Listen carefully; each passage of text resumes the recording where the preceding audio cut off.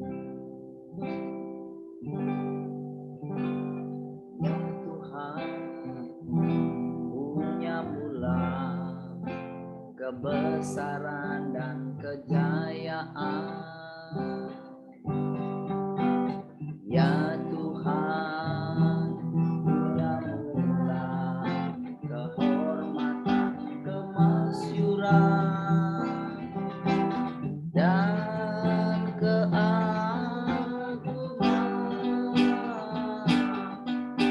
Segala yang di langit dan yang di bumi kepunyaan. Sekali lagi, ya Tuhan. Ya Tuhan, punya mula kebesaran dan kejayaan. Ya Tuhan, punya mula kehormatan, kemasyuran dan keagungan.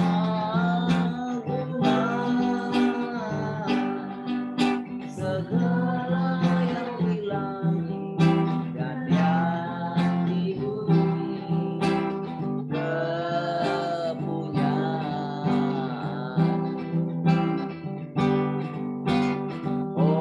Hosana bagi Sang Raja, Hosana di tempat yang maha tinggi. Hosana, Hosana, Hosana bagi Dia. Hosana bagi Sang Raja, Hosana di tempat yang maha tinggi. Hosana, Hosana, Hosana bagi Dia. Ya Tuhan, ya Tuhan, punya mula kebesaran dan kejayaan. Ya Tuhan,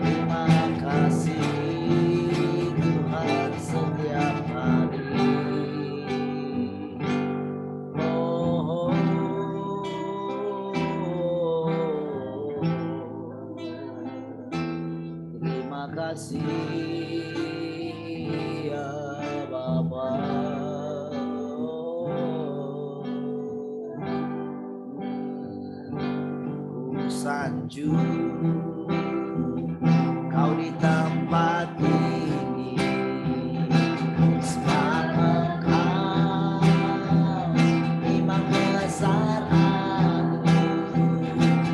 Ku sanjung, Kau lebih dari yang lain.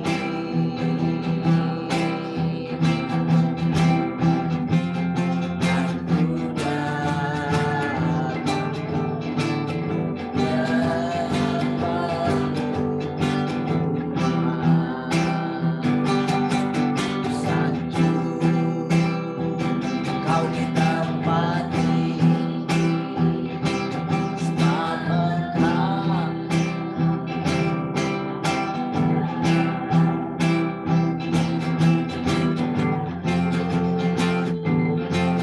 Kau lebih dari yang lain.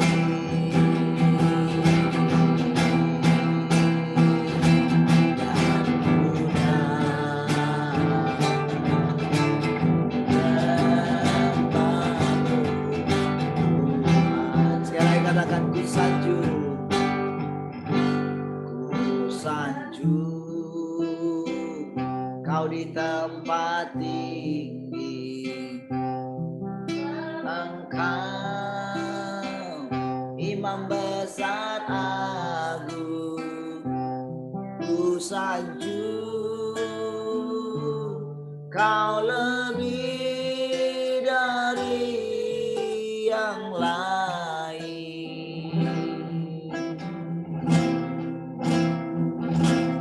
Dan ku datang menyembahmu Tuhan, dan ku datang, dan ku datang menyembahmu Tuhan, dan ku datang, dan ku datang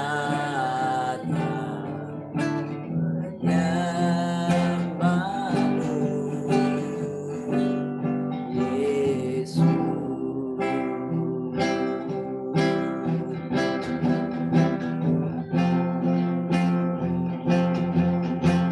Kami sembah Kau Tuhan, kami sembah Kau Tuhan selamanya. Kami puji Kau kekal selamanya. Diberkatilah Tuhan, Engkau dengan segala keberadaanmu.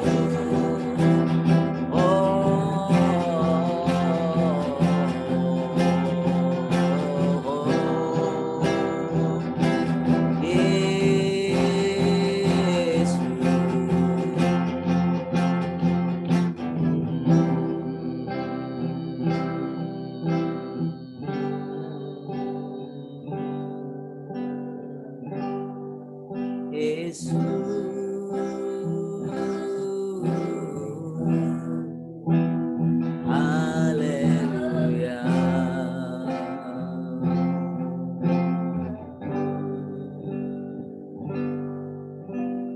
Ku rindu Kau Tuhan, lebih dari segalanya.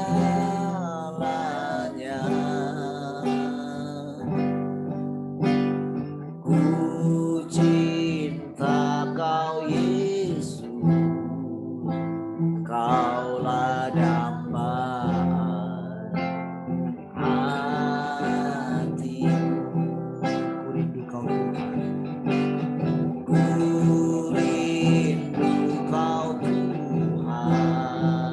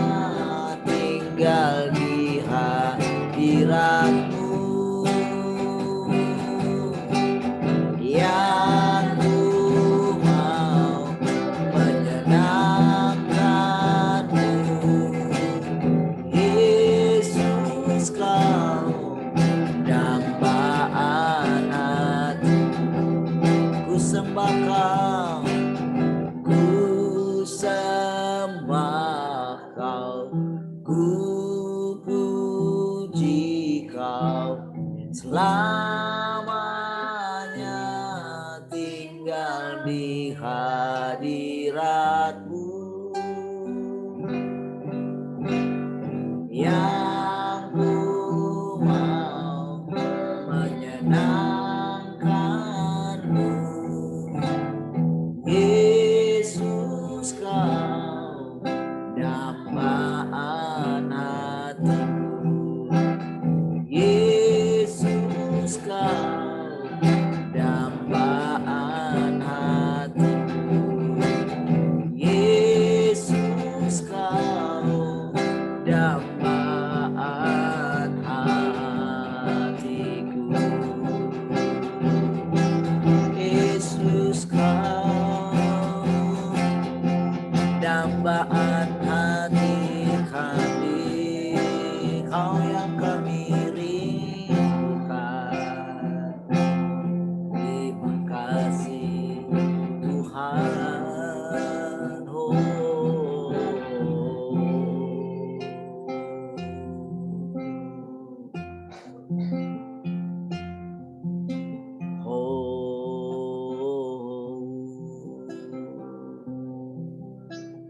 Terima kasih Tuhan, kami bersyukur setiap pagi, setiap hari, setiap waktu ketika kami mengarahkan hati kami kepadamu. Engkau selalu ada Tuhan. Terima kasih. Pagi hari ini, oh kami rindu bersekutu kembali dengan Engkau. Engkau hadir di tengah-tengah kami. Oleh karena Engkau menyatakan dirimu bagi kami. Terima kasih. Sampaikan kiranya perkataan-perkataan-Mu Tuhan. Hikmat-Mu Engkau sampaikan bagi kami. Biarlah kiranya, oh setiap hari, oh kami boleh makan dan minum dari kebenaran firman-Mu. Terima kasih. Singkapkan terus segala sesuatu tentang dirimu di dalam kami. Oh firman-Mu berdaulat di tengah-tengah kami. Terima kasih. Kami tundukkan pikiran dan perasaan kami ini senantiasa di bawah pikiran dan perasaan. Terima kasih Tuhan. Terima kasih. Terima kasih. Kami bersyukur Engkau nyata di tengah-tengah kami. Terpujilah Engkau Tuhan. Haleluya. Mari semua yang mengasihi Tuhan sama-sama katakan. Amen. Baik, puji Tuhan, shalom.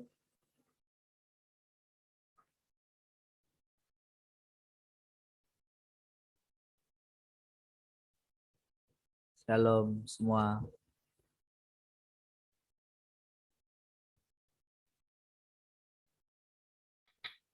Shalom semua. Halo, selamat pagi.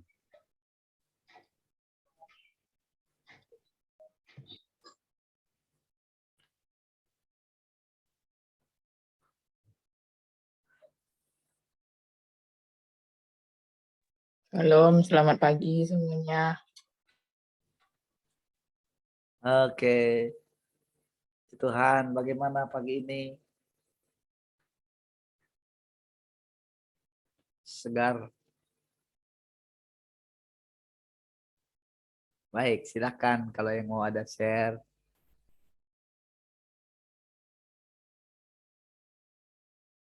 Silakan. Berakhir kah? Mau share? Oh, tidak. Pak Twin.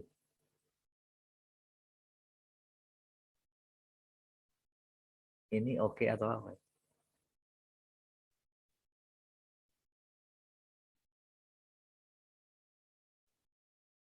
Siapa lagi? Ini.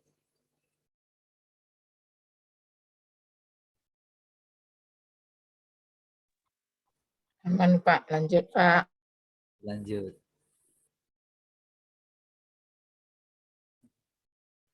Oke. Ada yang mau bertanya kah? Bertanya juga boleh.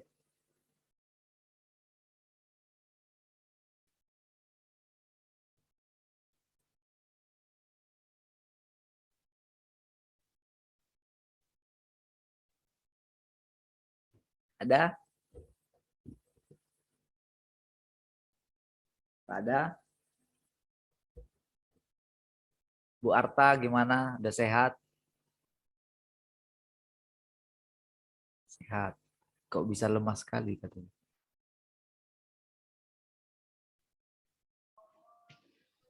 Kalau semua ya kemarin itu Pak, yang siap jam malam, nyuci aku Pak sampai jam 1 malam, jadi nggak terbangun.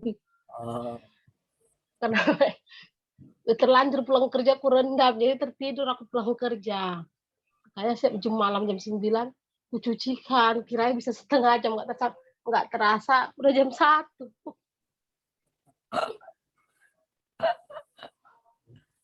sehat-sehat lah. Yeye gimana Yeye? Sudah sehat kah?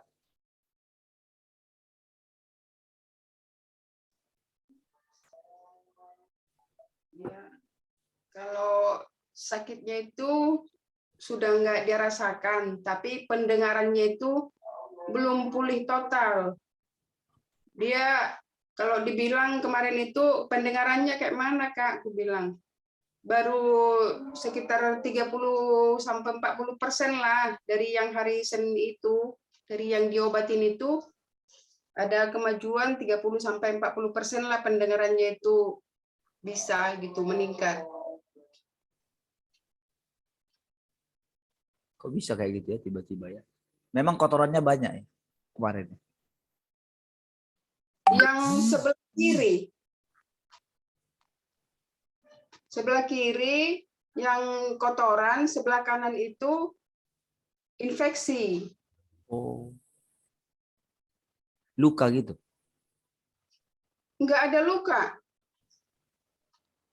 Tapi tapi karena kelebihan lendir di telinga, bisa.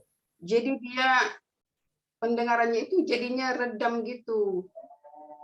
Kita masukin obat di sebelah kanan itu dia berbuih gitu, sampai keluar dia berbuih. Yang sebelah kiri kalau dimasukin obat, dia masuk ke dalam obatnya. Jadi karena nggak sakit lagi, semalam dia udah masuk sekolah. Udah masuk sekolah, tapi dia kalau ngomong gurunya di depan dia nggak dengar gitu.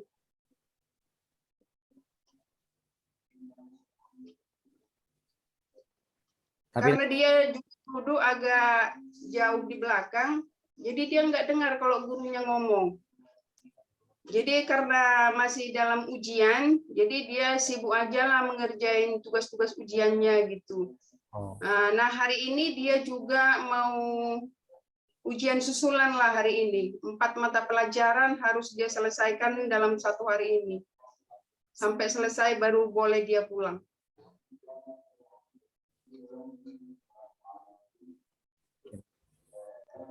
Hari Senin lah disuruh kontrol lagi ke rumah sakit. Senin ya. Kontrolnya Tuhan ya.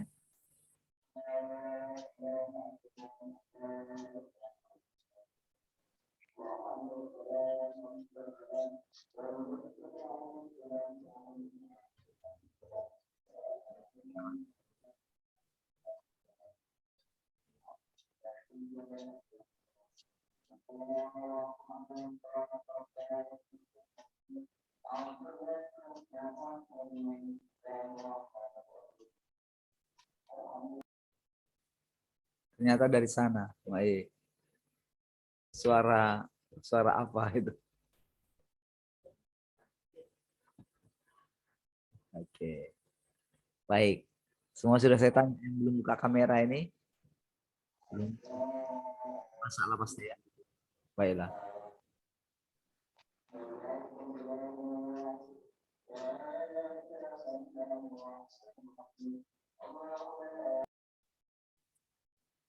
Oke ya. Nanti pasti Tuhan berdaulat di atas semua. Amin. Ya. Nah, saudara. Ya, yang di radio Shalom, siapa saja yang di radio ini? Oh, belum tumben tak. Oh, ini ya. Ada Ma Alexa, ada Pak Nanser ya. Yang hadir ada 6. Ya, tapi peaknya kemarin 10. Oke, yang hadir ini topnya ada 6 ya. Tapi yang menyapa di WA ada 2 saja.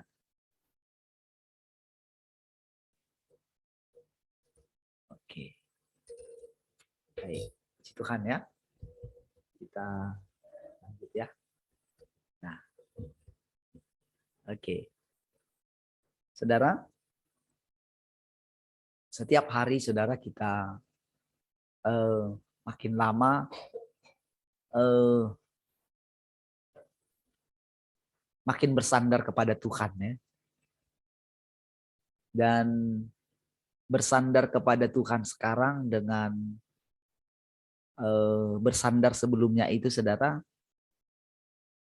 makin lama makin jelas gitu. Makin lama makin, siapa yang bilangin? Oh tadi, oh Pak Yabes tadi. Oke. Makin lama makin jelas gitu, makin lama makin nyata gitu.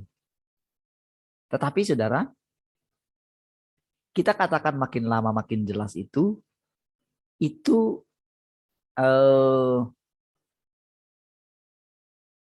ketika kita memasukinya gitu, kita itu dibuat sepertinya tidak ada dasar untuk berharap. Gitu.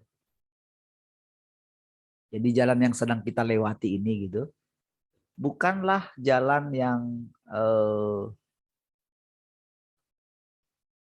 kalau seperti yang kemarin itu mungkin membuat kita itu seperti tak ada yang dituju gitu.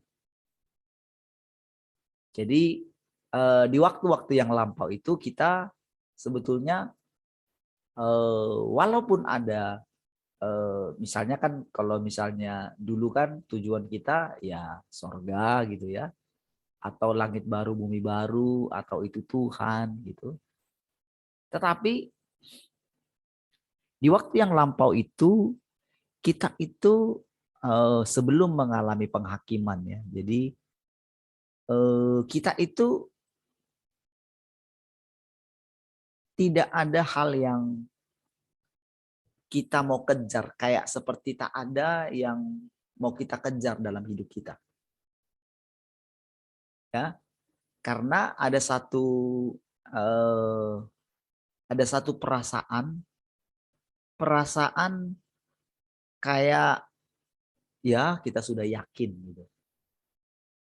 Kita sedang ada di dalam Dia, kita sedang ada dalam perkenanannya gitu ya. Jadi kayak nggak ada masalah. Gitu. Sehingga perasaan tidak ada masalah ini, atau lebih tepatnya perasaan tidak ada dosa ini, membuat kita kayak tidak memerlukan perubahan dalam hidup kita. Kayak tidak ada yang kita kejar. Karena ya sudah iman kita bilang, oh kita sudah diampuni. Oleh bilur Tuhan Yesus, kita sudah sembuh dan sebagainya gitu ya. Kita sudah diampuni lagi. Ya, kayak tak ada lagi yang kurang gitu.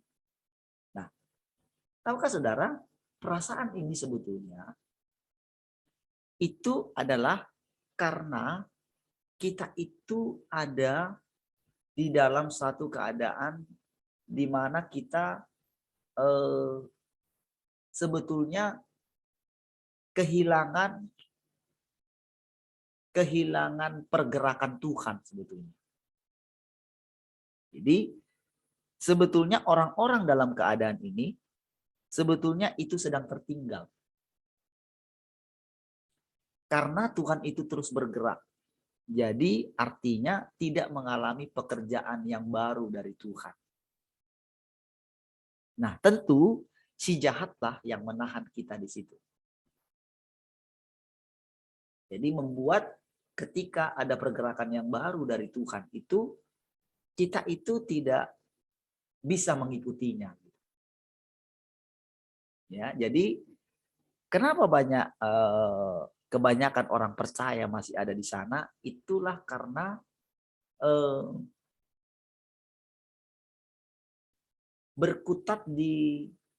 masih berkutat di pekerjaan yang lama. Sama saudara, ketika orang-orang Yahudi juga masih ada di situ, mereka mempertahankan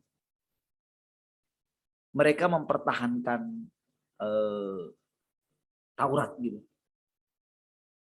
Jadi mereka sudah punya satu, karena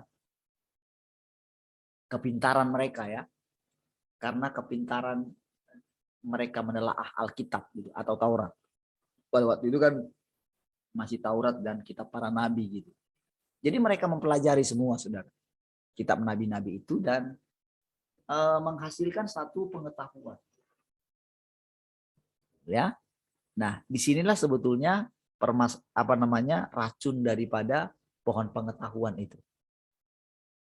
Ya, nah jadi saudara, walaupun mereka itu sebetulnya salah gitu, berdosa gitu, tapi oleh karena pengetahuan Taurat mereka jadi pengetahuan Taurat itu atau kitab nabi itu telah menutupi segala dosa mereka gitu. Sehingga mereka itu menjadi makin pintar bersembunyi gitu. Ya, jadi yang seperti ini tidak mengalami anugerah gitu. Orang-orang ini menjadi tidak tulus gitu. Tidak murni gitu. Karena dia bersembunyi di balik setiap kebenaran yang mereka peroleh dari yang mereka baca. Selalu begitu ya. Yang di gereja Tuhan yang Maha Kuasa juga tetap juga mereka itu juga mengalami hal bisa berhenti juga, dan itu memang diakui di situ juga gitu ya. Diakui, jadi ketika mereka jadi ada fase-fase ya bagi mereka gitu. Jadi ada waktu masa firman Tuhan dilepaskan, pada mereka mengalami pemurnian. Jadi ada yang itu ada fase-fase juga. Ya, untuk mencapai kesempurnaan itu memang intinya harus menantikan Tuhan sampai ke mendapatkan bahwa benar nggak berjumpa dengan Tuhan itu sendiri gitu. Sampai bisa tahu ini sebetulnya suara ini dari mana sih yang kita dengar. Misalnya sekarang kan kita sudah terbiasa bilang begini, Tuhan bilang begini, kayak Mbak Tian kemarin bilang kan, ketika bersaksi, oh dapat kayak gini, terus Tuhan bilang begini gitu kan. Nah, saudara, kalau terus kita ada di dalam terangnya, maka kita akan melihat bahwa yang kemarin itu kita mesti tinggalkan gitu. Jadi ketika kita semakin mengenal gitu, semakin kita datang mendekat kepada Dia, itu terangnya itu semakin menyingkapkan gitu. Jadi proses kerjanya demikian. Makanya ini benar-benar kita itu saudara selalu ada yang kita tuju gitu. Nah, kalau kita sudah sampai di satu keadaan di mana kayaknya kita itu kayak nggak perlu makan gitu.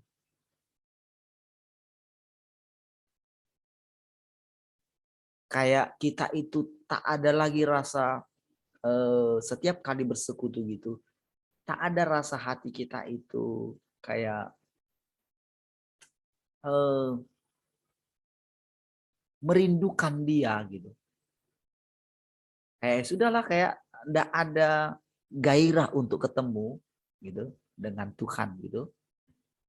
Maka itu adalah tanda-tanda sebetulnya kita sudah mulai kena serangan daripada si jahat.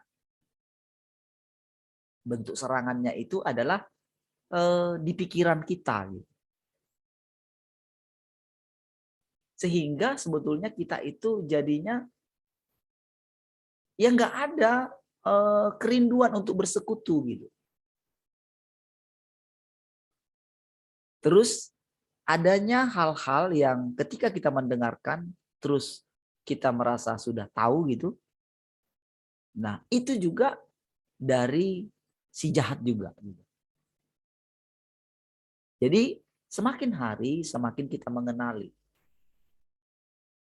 mana pergerakan Tuhan, mana pergerakan dari si jahat. Karena memang tujuan dari firman itu juga membongkar ke permukaan tipuan-tipuan dia. Tapi untuk menaklukkan juga tipuan itu, selain dia membangkitkan tekad kita. Jadi kan dengan itu kan muncullah gitu ke permukaan tipuan-tipuan dia. Ya, tipuan-tipuan si jahat ini muncul ke permukaan. Nah, tapi waktu kita mau menaklukkannya gitu ya, menaklukkannya. Nah, dari diri kita itu karena kita sudah tahu kebenaran. Itu biasanya otomatis kita itu coba mau langsung istilahnya serang balik dia. Nah, tetapi waktu kita sering serang balik dia, ketika kita terpisah dari Tuhan, maka kita pasti kalah. Karena ceritanya musuhnya ada di dalam kita sendiri. Jadi kita pasti tidak akan berani.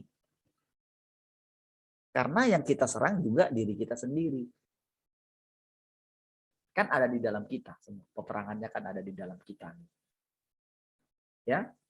Jadi saudara, ketika kita datang kepada Tuhan ini, kita kan datang sebetulnya kepada firman.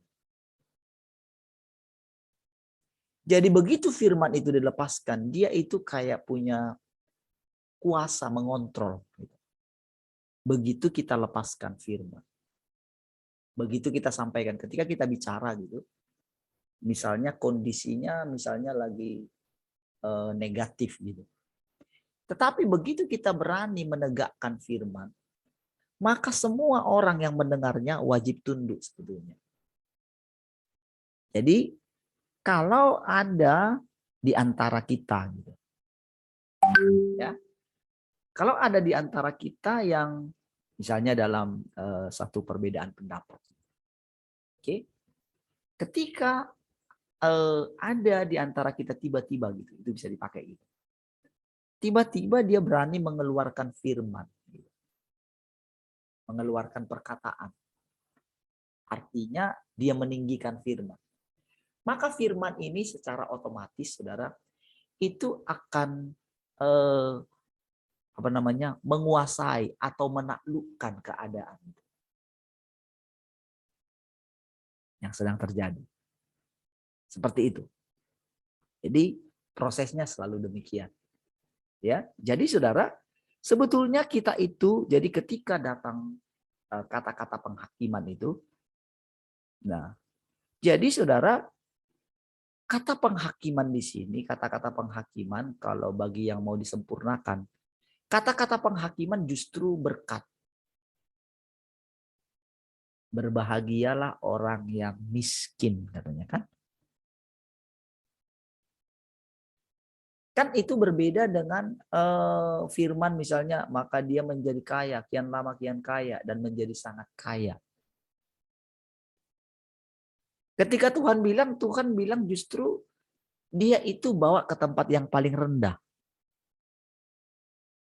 Berbahagialah kalau kamu dianiaya. Gitu kan? Berbahagialah orang yang lapar dan haus. Nah, kapan kita menjadi lapar dan haus? Ketika kita itu punya sesuatu yang sedang kita hadapi. Permasalahan yang sedang kita hadapi. Nah, kalau kita berusaha ingin lepas dari situ, Nah, disitulah si jahat itu kasih pertolongan. Dia dengan senang hati. Dia dengan cepat mau menolong kita. Ini berbeda ya dengan yang dulu ya. Kalau dulu begitu kita ini, itu kita posisinya adalah sebagai anak gitu. Masih kecil ceritanya.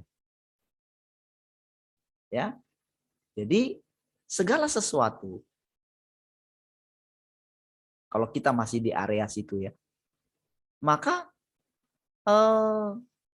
mental anak-anak itu kadang masih tinggal aja, kadang sampai dewasa pun begitu. Jadi anak yang sudah dibiasakan, dimanjakan oleh orang tuanya, segala sesuatu dipenuhkan gitu ya, jajannya apa gitu, sampai dia besar, itu pasti dia akan melunjak nantinya. Pasti dia akan habiskan harta orang tuanya. Dan dia nggak akan mau kerja gitu. Kalau dia ini sedikit, gagal sedikit, pasti dia ya udah, uang bapakku kan banyak. Nah, saudara, kira-kira waktu anak bungsu itu pulang, kan dia sudah memboroskan tuh kan? Ketika dia pulang setelah pesta, apakah dia masih memboroskan? Apakah dia masih pesta-pesta, masih hura-hura?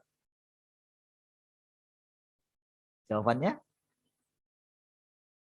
apakah dia masih memuaskan nafsunya?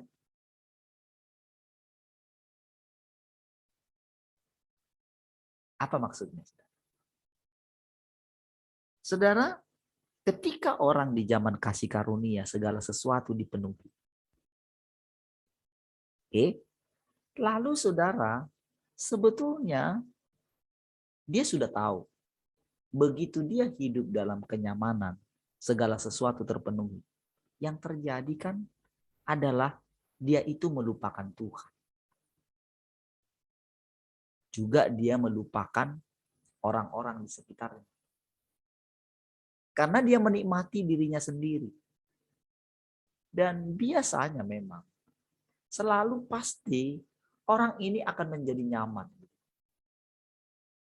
Pasti akan ada saja, ini sebetulnya boleh dikatakan kepada semua orang. Daud jatuh ke dalam dosa waktu kapan? Dia berhenti berperang. Kan ceritanya begitu kan? Ya jatuh. Ya. Salomo justru dia itu mengalami kehampaan. Ketika kapan? Ketika dalam keadaan damai dan dia itu selalu berusaha bagaimana supaya dia tidak punya musuh. Jadi dia menjadi licik.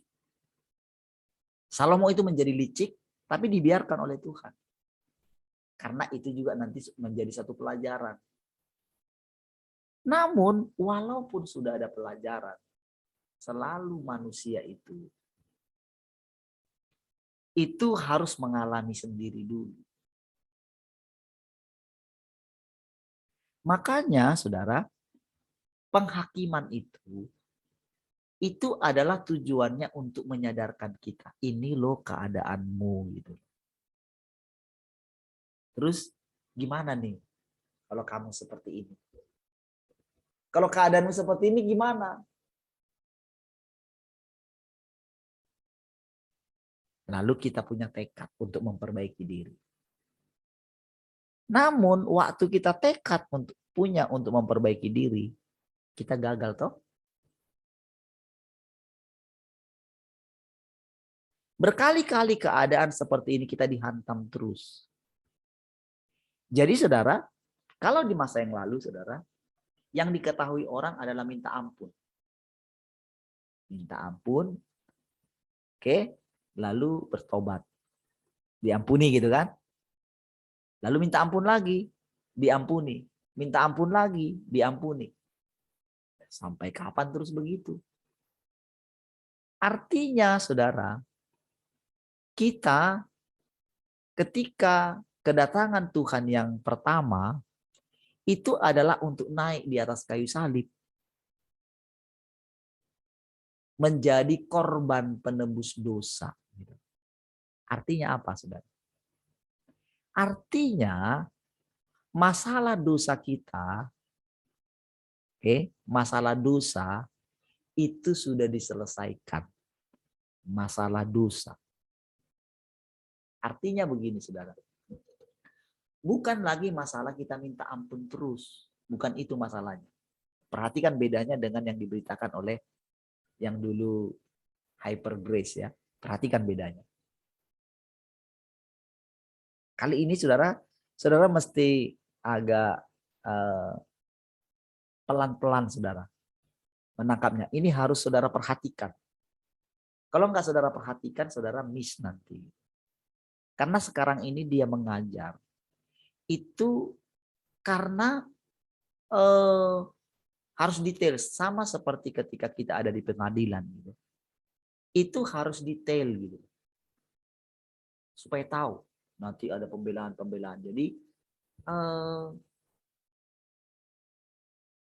ketika si jahat itu yang ada di dalam kita itu, ketika mau ditaklukkan gitu.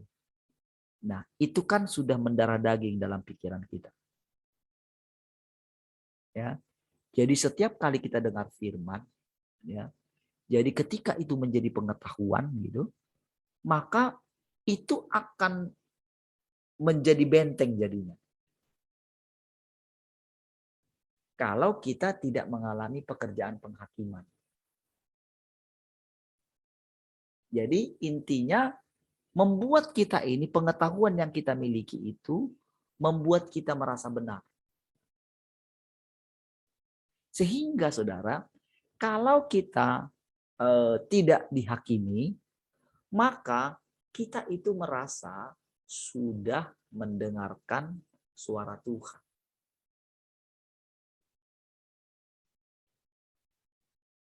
Kita pikir kita itu mendengarkan karena kita sudah punya pengetahuan. Oh, Tuhan itu begini. Sementara kebenarannya Tuhan tidak terpahami oleh manusia kita. Hanya ketika kita diberikan pewahyuan. Jadi kan? Baru untuk selanjutnya pun kita itu harus berani. Jadi jangan ini sampai. Jadi begitu kita punya pewahyuan ini saudara. Oke. Nah, si jahat ini dengan cepat. Oh gitu ya. Nah, dia akan, karena dia diruntuh hanya bisa dikalahkan oleh Tuhan yang berinkarnasi. Jadi Tuhan yang berinkarnasi dengan kita itu berbeda. Jadi saudara, yang dimuliakan itu tetap Tuhan. Kita tetap manusia.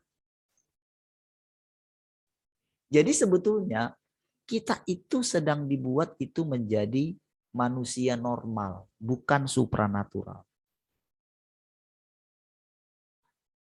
Jadi kata tepatnya sebetulnya bukan supaya kita menjadi Allah. Jadi pengajaran Pak Andreas yang mengatakan Allah menjadi manusia supaya manusia jadi Allah. Nah, sekarang itu diperbaiki. Ya. Karena dulu bukan itu firmannya. Firmannya dulu adalah bahwa dia itu bukankah kamu adalah Allah? Gitu, dalam sidang ilahi gitu.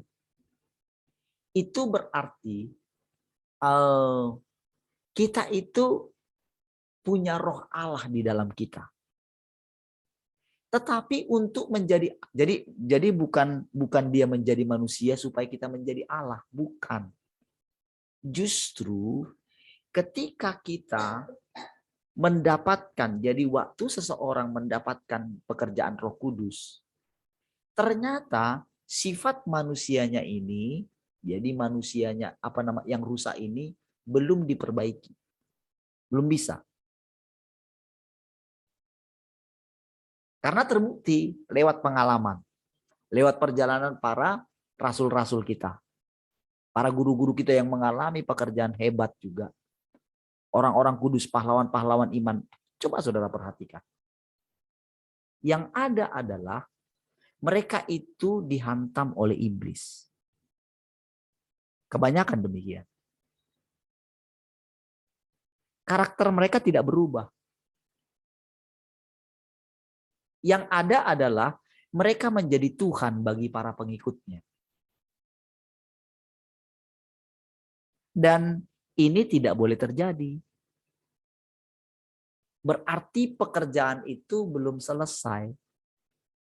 Nah, jadi saudara, ketika Tuhan itu menjadi manusia, itu benar-benar saudara, itu kan tinggal dalam kita. Kalau sebelumnya saudara kita itu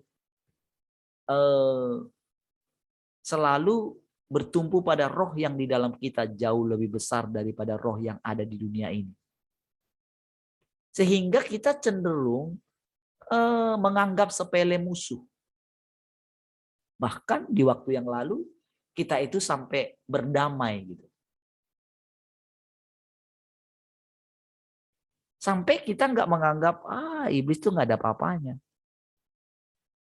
Karena kita pandang dari sudut apa? Dari sudut kita punya kuasa dan kita anggap dia itu, kita berperang dengan dia masalah kuasa. Lalu kita itu nggak menganggap dia lagi itu menjadi musuh kita. Karena kita diajarkan demikian. Karena apa? Konsep pengertian yang salah. Yang tanpa kita sadari. Dari mana kita belajarnya? Toh dari firman juga. Jadi begitu dianalisa, akhirnya Pak Andreas simpulkan, segala sesuatu bisa diperdamaikan dengan Allah. Sampai dia punya hanya dua katanya, Abaddon dan Lucifer. Padahal saudara, memang dia sudah ditetapkan jadi musuh. Nah, tapi karena pengertian yang kemarin, itu membuat kita itu jadi justru kita tanpa sadar membiarkan mereka. Bukan berarti kita jadi harus, bukan masalah kita sekarang, kita harus berperang lawan mereka. Bukan itu maksudnya. Tetapi dengan keadaan seperti itu kita jadi lengah.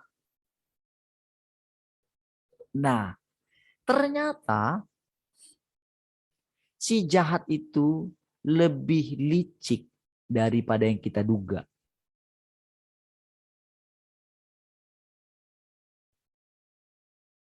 Sehingga kita tidak mengenali dia di dalam kita. Soalnya kita sudah berdamai dengan dia. Sehingga segala sesuatu kita anggap itu dari Tuhan. Nah, ini nih. Masalahnya di sini, saudara. Makanya kita perlu dihakimi. Dihakimi itu begini, saudara. Ketika rasanya kita mendengar suara Tuhan. Oke? Rasanya karena dulu kita pikir, ya seperti itulah modelnya.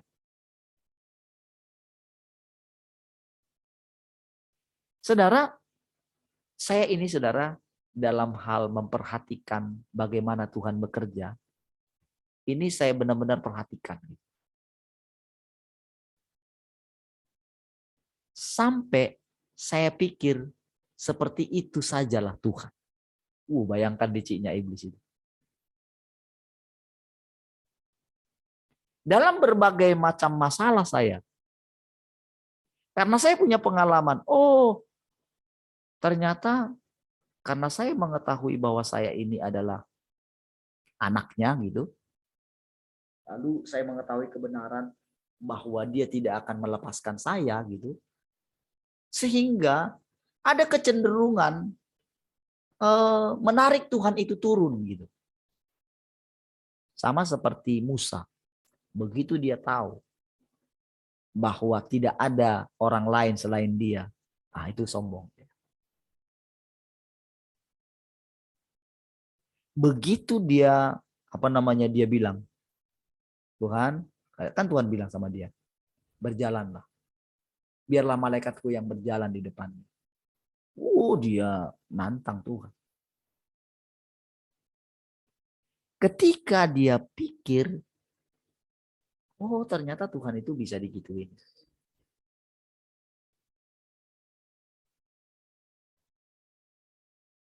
Disitulah saudara, dia telah dimanfaatkan oleh iblis langsung.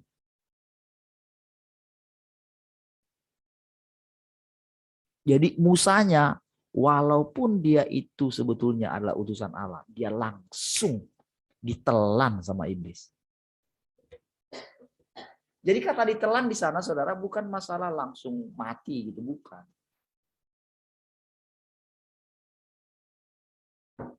Jadi pengertian kita itu langsung ditelannya. Kegelapan itu maksudnya. Kegelapan itu langsung mencengkeram kita. Saya nggak tahu, saya terlalu tinggi nggak bicaranya. Kalau terlalu tinggi saya bicaranya, ya, dengarkanlah ulang nanti ya. Kalau saya bilang kayak gini, dengerin loh, karena saya selalu cekkan.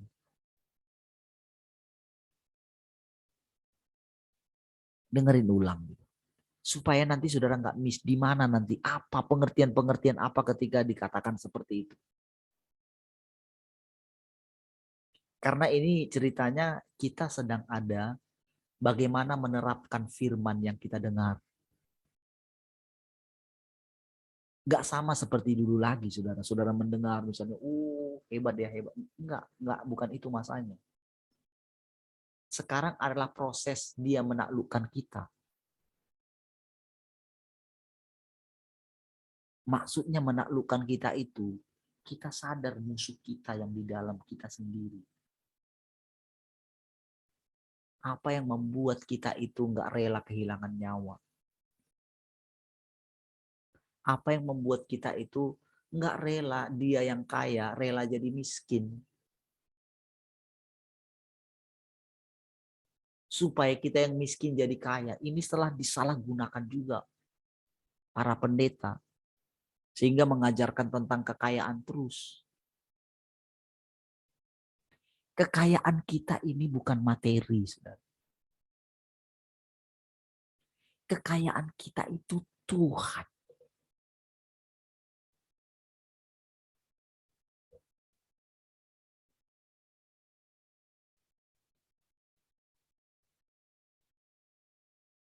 Sehingga ketika pun ditawarkan oleh si jahat gitu, kita tidak terlena.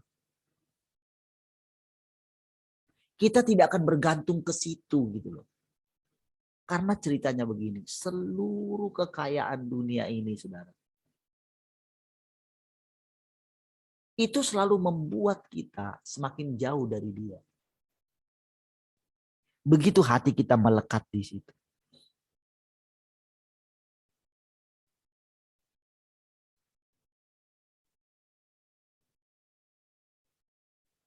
Selalu begitu prosesnya. Jadi begitu yang ada pada kita. Jadi ketika kita dihakimi, dia akan tes apakah hati kita melekat kepada dunia ini atau tidak. Apakah kita percaya bahwa dia pelihara kita? Kita masih percaya enggak ketika kita enggak punya apa-apa? Ketika rasanya terjadi segala sesuatu yang membuat kita ini tak ada pegangan lagi. Masih percayakah kita dia pelihara kita? Itulah penghakimannya. Artinya masih kita pegang nggak Tuhan ini? Kalau kita pegang Tuhan, saudara, kita nggak akan murung. Kita nggak akan bersungut-sungut. kita akan bahagia, kita akan penuh damai sejahtera. Itulah cirinya orang yang masih pegang Tuhan. Jadi kita bisa lihat sendiri kondisi kita. Kita bisa perhatikan sendiri, kita tahu sendiri kok. Gampang enggak kita?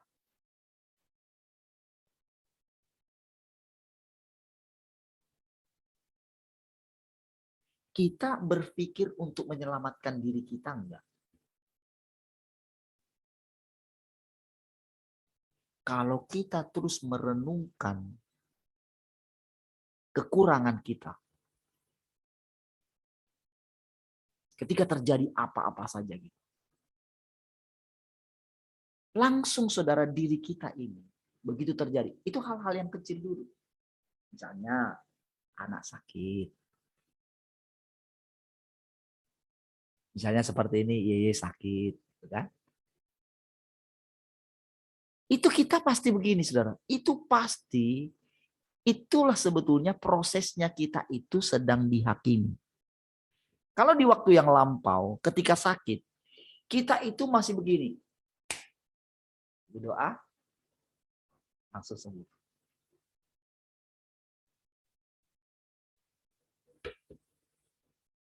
Dan kita sudah terbiasa memanfaatkan iman kita. Tetapi di masa yang sekarang, jadi Tuhan itu menjadi manusia. Artinya gini, kita seperti tak punya sumber daya di dalam kita. Benar-benar jadi manusia yang bergantung sepenuhnya kepada Tuhan. Jadi saudara, ini mesti diterapkan di dalam kita. Kita mesti menerapkan apa yang sedang kita dengar hari ini. Kalau saudara masih pakai yang lama, saudara nanti akan ulang terus. Berulang. Berulang terus gitu. Jadi kita belum tahu. Jadi disinilah sebetulnya tingkat ketergantungan kita kepada Tuhan.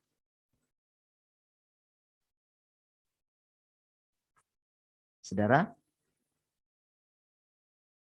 ketika seseorang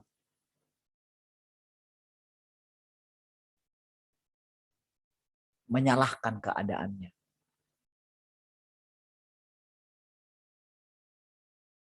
bahkan suatu saat dia bisa menyalahkan Tuhan, akan bertentangan dengan Tuhan. Itu pasti, saudara. Dan itulah yang dialami oleh orang Israel di padang gurun.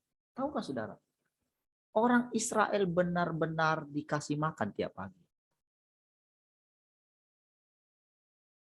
Dan pada siang hari, mereka itu, jadi walaupun di padang gurun, itu mereka berjalan, itu ada tiang awan. Pada malam hari, ada tiang api. Pada malam hari cuaca ekstrim dingin, pada siang hari cuaca ekstrim panas. Tentu saudara pernah, misalnya kalau lagi di jalan raya naik sepeda motor, pernah misalnya berhenti di lampu merah. Itu kalau ada pohon di situ, itu pasti semua rame-rame berlindung di bawah pohon itu kan? Kendaraan. Bahkan kadang-kadang itu di tengah, di depan kosong. Mobil pun itu dia enggak, kalau ada pohon yang rindang di situ, menghindari panas, dia berhenti di situ. Karena apa? Karena memang panas. Pakai AC pun gitu, kalau di bawah terik gitu, itu pasti panas. Dan apalagi kalau naik sepeda motor gitu. Kan ada bedanya antara di bawah pohon dan di langsung. Panasnya minta ampun. Oke? Nah, coba saudara bayangkan bagaimana bangsa Israel. Di sekelilingnya itu panas, tapi mereka yang berjalan itu ada awan terus. Oke? Lindungi. Bayangkan kasut mereka itu tidak rusak selama 40 tahun. Gimana caranya ya? Hebat sekali ya. Berarti kasut mereka itu mengikuti perkembangan kaki mereka. Itu ada orang saudara kalau itu tiap, nggak usah tiap tahun gitu, itu harus ganti sepatu gitu.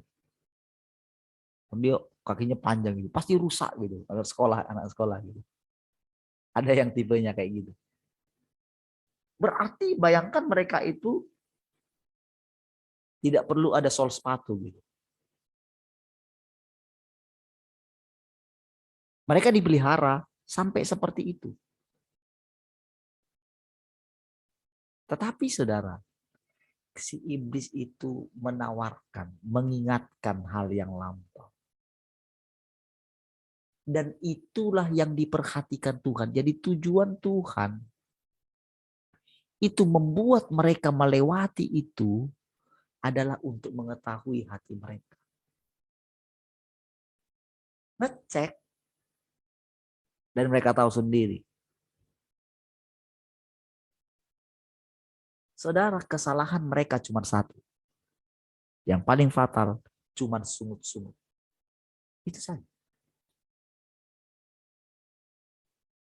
Jadi saudara, musuh yang paling besar bagi mereka adalah sungut-sungut.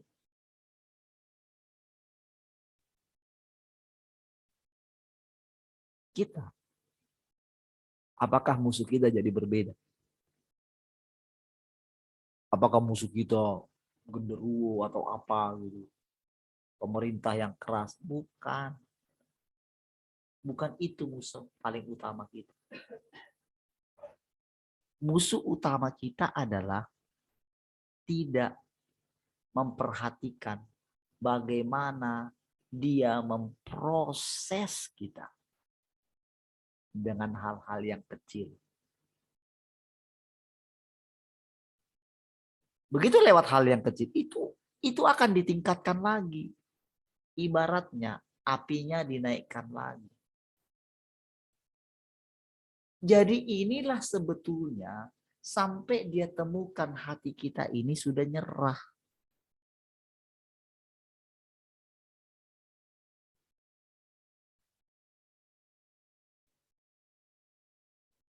Sampai pada akhirnya kita menemukan Tuhan itu berhadapan muka dengan muka.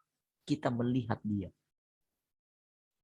Jadi saudara, orang-orang Yahudi itu, orang-orang Israel itu. Jadi zaman berikutnya. Jadi kenapa ketika Musa, padahal kan sudah setiap hari berjumpa dengan Tuhan. Dia sudah mendengarkan. Kok masih dia merindukan ingin melihat kemuliaan Tuhan. Sampai permintaannya itu saudara meluluhkan hati Tuhan. Tapi tahukah saudara, sampai saat itu Musa belum mengenal Tuhan yang sesungguhnya. Sekalipun sudah memimpin gitu, wah rasanya gitu. Tapi toh tetap dia itu akhirnya membuat satu dosa yang fatal. Bagi Tuhan, bagi dia pikir itu nggak fatal. Dia nggak tahu soalnya. Karena sebelumnya dia bisa memperdaya Tuhan soalnya. Dia pikir, ya Tuhan itu bisa diperdaya.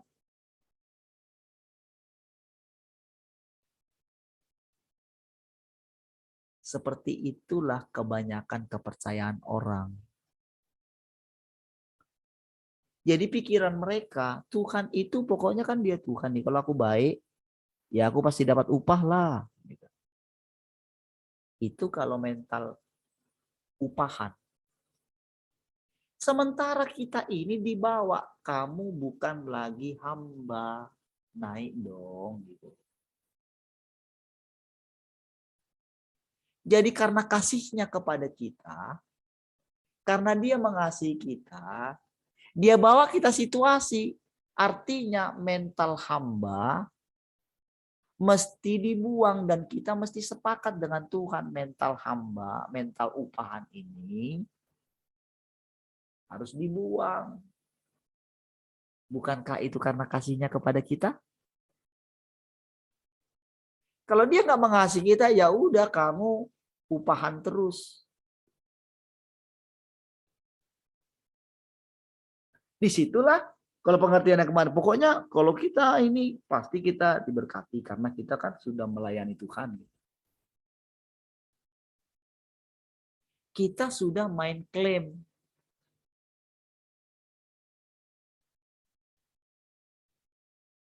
Padahal ceritanya kita itu sudah jadi anak.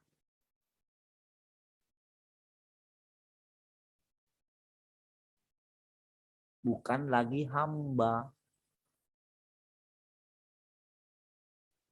Kalau kemarin itu saudara, ketika kita jadi anak, itu adalah iman kita. Lalu firman yang kita dengar adalah bagaimana menjadi anak. Tapi anak di sini pikiran kita hanya begini. Ya pokoknya aku pasti dipelihara oleh Tuhan karena dia bapakku. Tetapi yang sekarang begitu kita naik, kita nggak boleh lagi pakai itu, saudara. Kalau kita pakai itu, kita pasti binasa. Padahal sama-sama firman kan?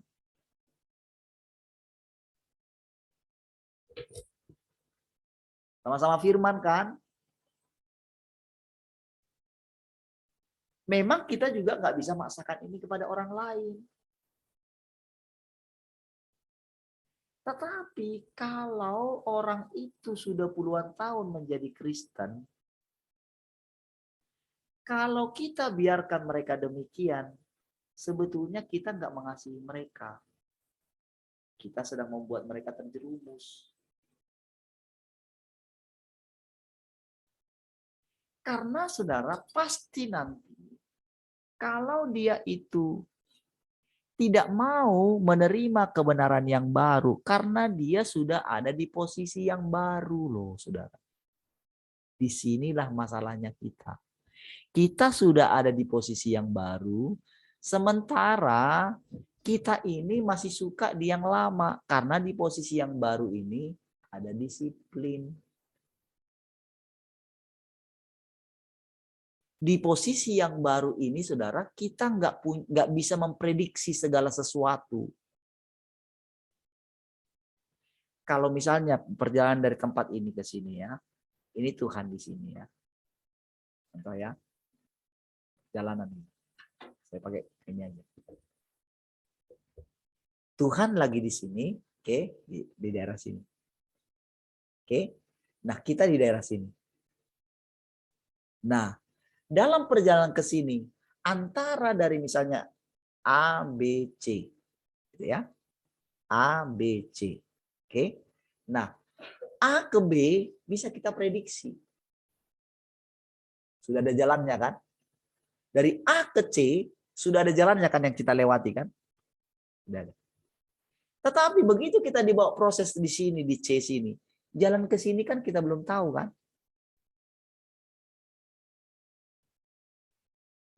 Kira-kira seperti itulah kita itu sedang dibawa memasuki satu zaman yang baru dalam pengenalan kita akan Allah. Ibaratnya dari A ke C itu adalah isi dari Alkitab. A, B zaman Taurat, B ke C ini zaman kasih karunia. Tapi ke sini ini zaman penghakiman yang belum pernah kita alami. Bahkan para rasul sekalipun, karena namanya kan belum menerima kedatangan Tuhan yang kedua. Mereka hanya menubuatkan. Semua mereka menubuatkan. Aku kasih tahu kamu rahasia ya, kata Paulus. Tidak semua kita mati katanya. Ternyata dia mati. Semua orang-orang, berarti kan orang-orang juga yang di bawah dia yang dikasih tahu itu mati juga kan? Tetapi saudara, pelajaran itu telah terus itu membudaya dalam pikiran orang-orang, para murid Paulus sampai sekarang yang membaca tulisannya dia.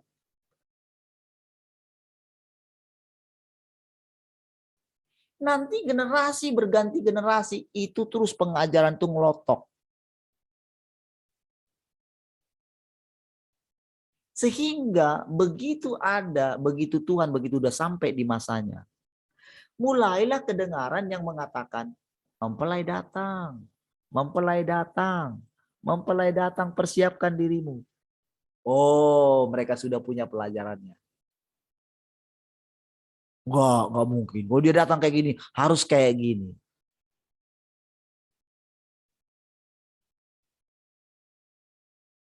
Padahal dulu ketika Tuhan menjadi manusia,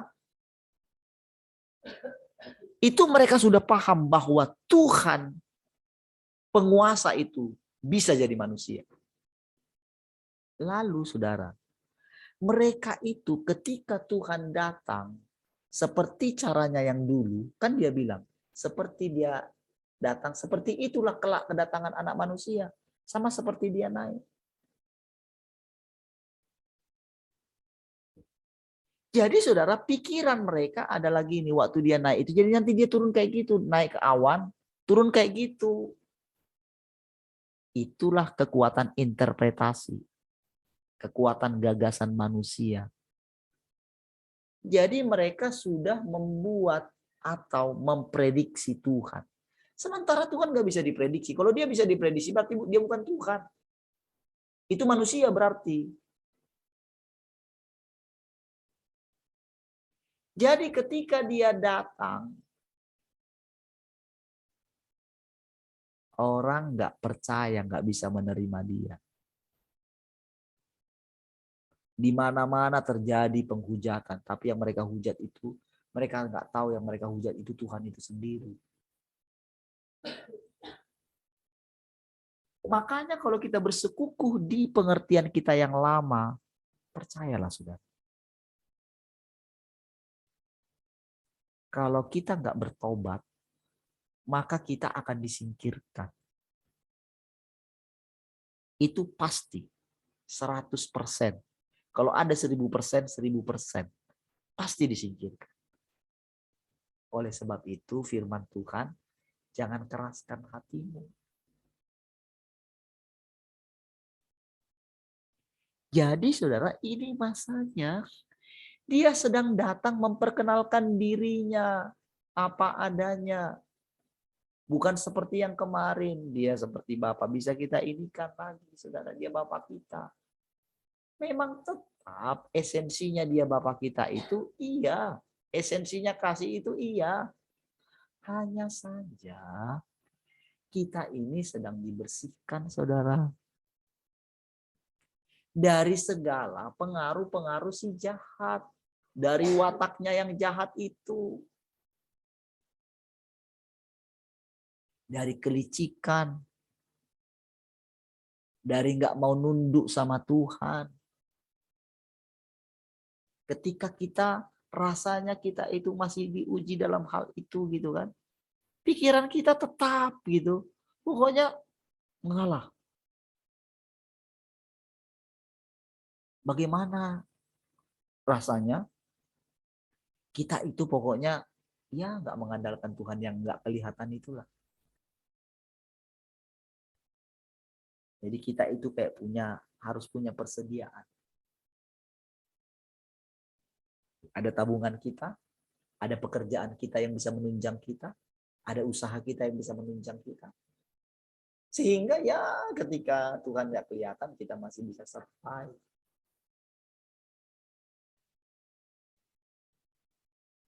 Nah, untuk menaklukkan ini saudara butuh. Untuk bangsa Israel butuh waktu 40 tahun bayangin. Apakah saudara kita berkata kita tidak tegar tengkuk juga?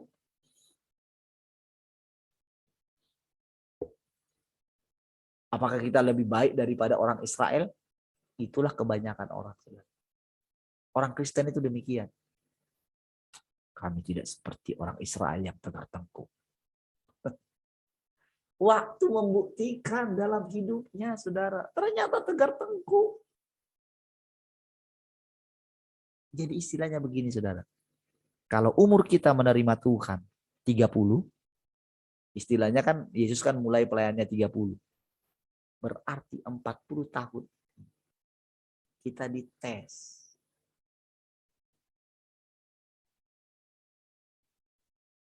Itu masanya, saudara. Menemukan Tuhan nggak kita 40 tahun? Kita benar-benar tahu nggak itu Tuhan yang bicara? Lalu tahun berikutnya atau misalnya bulan berikutnya, ketika dia bicara dengan cara yang berbeda, kita tahu nggak itu Tuhan? Kita ini muda, saudara. Ketika kita punya pengalaman A,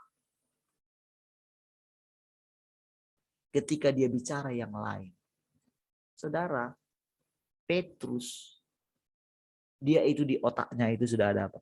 Pokoknya ada makanan-makanan haram gitu kan. Ketika datang yang itu, saudara, makanan yang haram itu, saudara. Sampai 3 kali loh Tuhan bilang sembelih.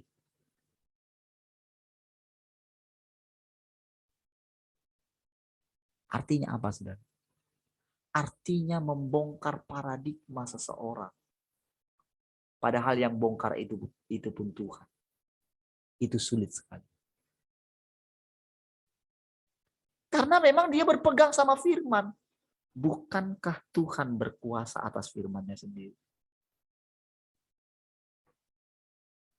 Nah, saudara tahu nggak, saudara? Disinilah sulitnya Tuhan membawa kita.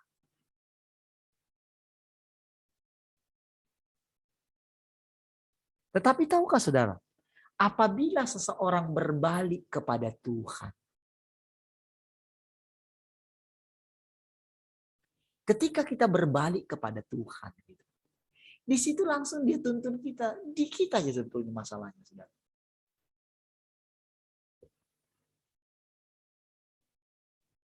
Begitu dengan rela hati, saudara.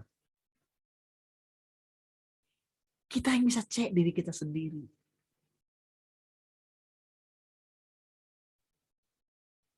Saudara, kalau saya katakan misalnya begini, tiap hari saudara saya perhatikan itu, saudara, dalam diri saya, saudara.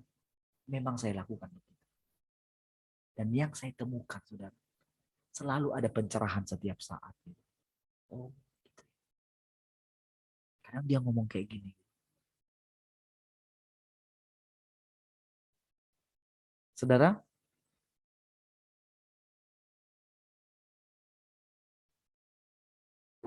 kadang-kadang dia pakai yang lain. Ketika saya lihat misalnya YouTube gitu ya. Kadang-kadang dipakai itu untuk menjelaskan gitu. Saudara, wih, jam 6. Saya cerita sedikit. Buya Sakur itu ngomong kayak gini. Suatu saat saya berhadapan dengan iblis, katanya. Saya jumpa dengan iblis, katanya. Lalu dia bilang begini sama iblisnya. Iblis, kamu ini kan disalahkan terus, katanya. Orang buat dosa, kamu disalahkan. Kamu dikambing hitamkan. Orang berzina, kamu dikambing hitamkan. Terus apa-apa gitu kan. Orang korupsi, kamu dikambing hitamkan. Gitu. Yo, karena ada pikiran iblis merasuki saya. Orang membunuh, kamu dikambing hitamkan. Kira-kira kamu nggak butuh apa ya, seorang advokat untuk bela kamu? Apa kamu nggak tersiksa dengan itu? Bikin kamu disalahin gitu kan? Lalu iblisnya bilang kayak gini sama dia, enggak. Saya nggak perlu advokat, katanya. Saya nggak perlu dibela. Karena saya rela disalahkan mereka. Semua dikambing, nggak apa-apa. Karena kalau mereka salahkan saya, berarti mereka merasa benar diri mereka. Sehingga mereka tidak butuh Tuhan. Waduh, saya pikir penjelasan dia cukup ini ya. Mungkin itu secara gambaran saja ya. Saudara, kalau kita merasa diri kita sudah benar, sudah dekat dengan Tuhan, disitulah malapetaka kita, saudara. Kalau kita merasa sudah mendengarkan suara Tuhan, disitulah malapetaka kita. Kalau kita sudah merasa mengenal ciri-ciri suara Tuhan, dan kita pikir kita pasti nggak salah, lalu kita pikir, saya pasti bisa mendengarkan suara Tuhan. Ketika kita ngambil keputusan, kita merasa kita tanya Tuhan, kita pikir keputusan kita itu sudah suara Tuhan. Tahukah saudara? Kita sedang dibawa. Satu pengalaman, ternyata semua yang kita anggap suara Tuhan, bukan suara Tuhan. Apa yang dulu kita anggap itu suara Tuhan. Kita yang sudah belajar mengenal ciri-ciri suara Tuhan, lewat pengalaman kita pun. Di masa yang sekarang ini, saudara, kalau kita tidak bergantung sepenuh, kalau sampai kita tidak bergantung kepada Tuhan setiap saat, berarti kita sedang tertipu. Jalan yang kita lalui di depan belum kita ketahui, nggak boleh kita prediksi. Kalau kita sudah memprediksi, kita sedang tertipu. Kalau kita bisa tahu apa jalannya besok atau nanti, berarti kita sedang ketinggalan di belakang.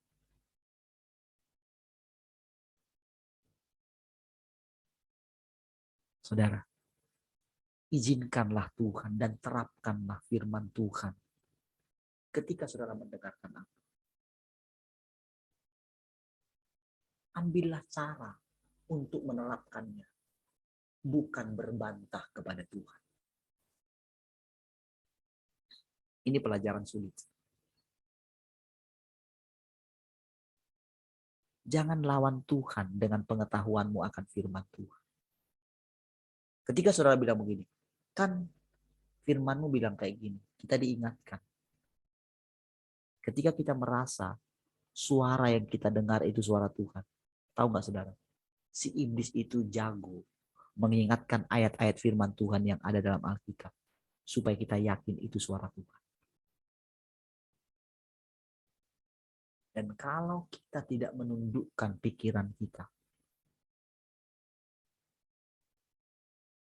maka kita akan ditelan oleh iblis.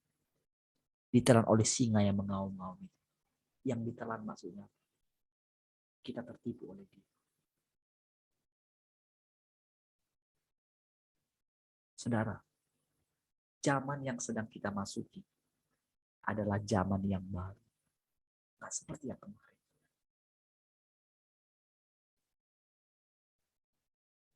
Dan tapi tahukah saudara, inilah yang membuat kita bergantung sepenuhnya kepada Dia. Langit yang lama dan bumi yang lama ini sedang dihancurkan, itu kebenaran. Dan kalau sudah Tuhan katakan sudah hancurkan, maka si iblis akan berusaha membuat seolah-olah dunia ini belum dihancurkan. Jadi itu tergantung semua di kita, ditaklukkan nggak kita. Tapi tahukah saudara, begitu saudara pegang ini semua, berarti kan saudara itu kan tidak menggantungkan diri saudara lagi kepada dunia ini. Saudara kan tidak akan takut lagi ketika dunia ini mengambil semua yang miliknya dari saudara. Karena hati saudara nggak ada di situ. Tahu saudara Semeru itu saudara? Itu saudara si penjaga yang ada di situ, yang orang juga orang vulkanologi yang tugas dari departemen, dari kementerian itu ya. Mereka bilang begini, Pak, di sana itu memang, dia terus terang bilang, itu kalau ada banjir itu, mereka itu udah bilang ayo mengungsi, tapi memang kebiasaannya itu justru nonton. Jadi sekarang kita, nggak ada peringatan dini, aduh sampai serak Pak, ini mereka sudah kebiasaan. Kenapa mati tertimbun yang di truk itu? Sekarang kan korbannya nggak 34 terakhir. Sudah dibilangin, saudara. Sudah keluar-keluar 3 hari sebelumnya sudah keluar-keluar. Namun karena memang tidak pernah terjadi kayak gitu.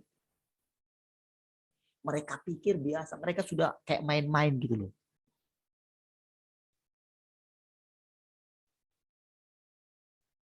Dan sudah dibilangin itu sudah di kementerian yang berhubungan dengan masalah sedimen yang sudah di situ gitu. Sudah numpuk di situ. Sudah dibilangin kapan dinormalisasi ini sungai. Enggak didengar juga.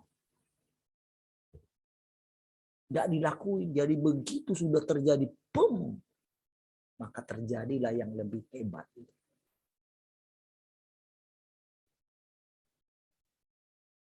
Saudara, seperti itu kira-kira saudara. Keadaan yang sedang terjadi. Kita pikir kita masih bisa kayak kemarin. Jadi semakin kita itu sudah mulai ada orang-orang yang sudah nangkap nih saudara. Maka sudah lihat percepatan di depan kita.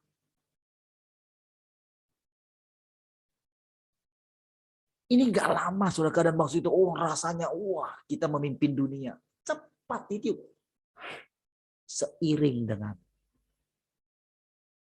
bagaimana saudara menangkap dan menerapkannya. Ketika ada orang-orang yang menerimanya.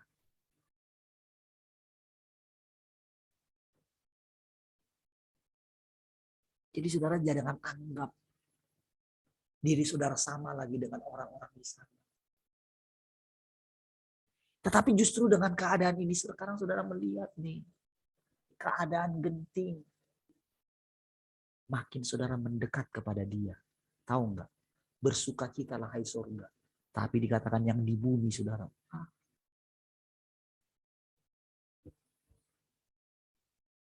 Terjadi kekacauan yang sangat gitu. Nah, itulah membuat setiap hari saudara. Ayo perbaiki sikap saudara setiap pagi. Mendengarkan suara Tuhan. Perbaiki setiap hari. Jangan dekatkan lagi dirimu dengan dunia ini. Maka dia akan memimpin saudara. Oke, sudah lewat 7. Mari kita berdoa. Terima kasih Tuhan. Kami bersyukur pagi hari ini buat anugerah. Engkau menolong kami. Engkau memimpin kami. Engkau menuntun kami. Membawa kami terus berjalan bersama dengan Engkau. Terima kasih Tuhan. Kami bersyukur hikmat menolong kami. Terpujilah Engkau Tuhan. Haleluya. Sama-sama katakan. Amin. Baik, puji Tuhan saudara. Tuhan memberkati semua. Sampai ketemu.